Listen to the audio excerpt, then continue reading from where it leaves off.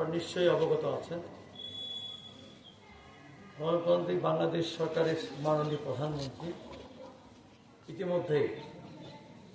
আমাদের ক্যাবিনেটে এক সিদ্ধান্ত দিয়েছেন। আগামী বর্ষা মৌসুম শুরু হলেই, বিশেষ করে এপ্রিল মাস থেকেই আমাদের দেশের রাজধানী শহর নয়, বিভাগীয় শহর নয়, জেলা এবং উপজেলা শহরের বিভিন্ন জায়গায় বিশেষ করে ময়লা আবর্জনা থাকে এবং অনেকটা আবদ্ধ অবস্থায় থাকে বিধায় চিকুনগুনিয়া এবং ডেঙ্গু রোগের প্রভাব বৃদ্ধি পেতে পারে। এই ডেঙ্গু রোগ এবং চিকুনগুনিয়া আমরা প্রতিরোধ করতে চাই, শুধু আমরা পরিষ্কার পরিচ্ছন্ন নয়, আমাদের জনসচেতনতা তৈরি করতে হবে। এই জনসচেতনতা তৈরি করার জন্যই আজকে আমরা এই পঞ্চগড় আধুনিক সদর হাসপাতালে দাঁড়িয়ে আমরা এখানে আমাদের এই পঞ্চগড় সদরে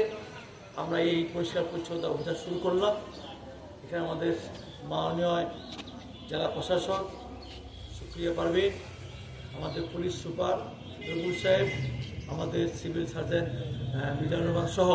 এখানে অনেক ডাক্তার, নার্স, আমাদের বিশেষ করে পিপি সাহেব সহ আমাদের অনেক এখানে এলাকার মানুষ এবং সাংবাদিক উপস্থিত আছেন। আমরা শুধু পঞ্চগড়বাসীর কাছে অনুরোধ করব, শুধু আমরা বিশেষ করে পরিচ্ছন্ন কর্মী দিয়েই কিন্তু আমরা এই সুফল আনতে পারবো না।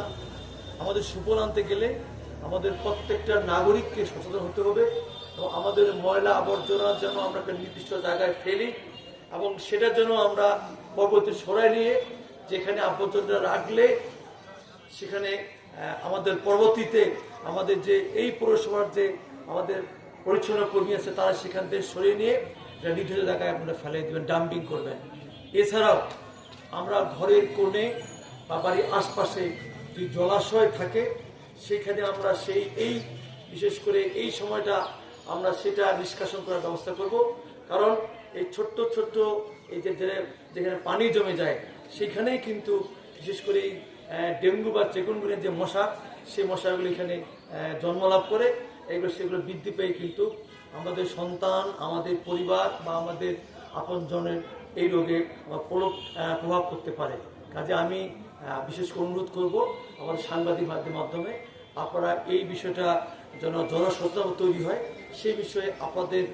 দায়িত্ব থেকে আপনারা আমাদের সহায়তা করবেন এবং আমাদের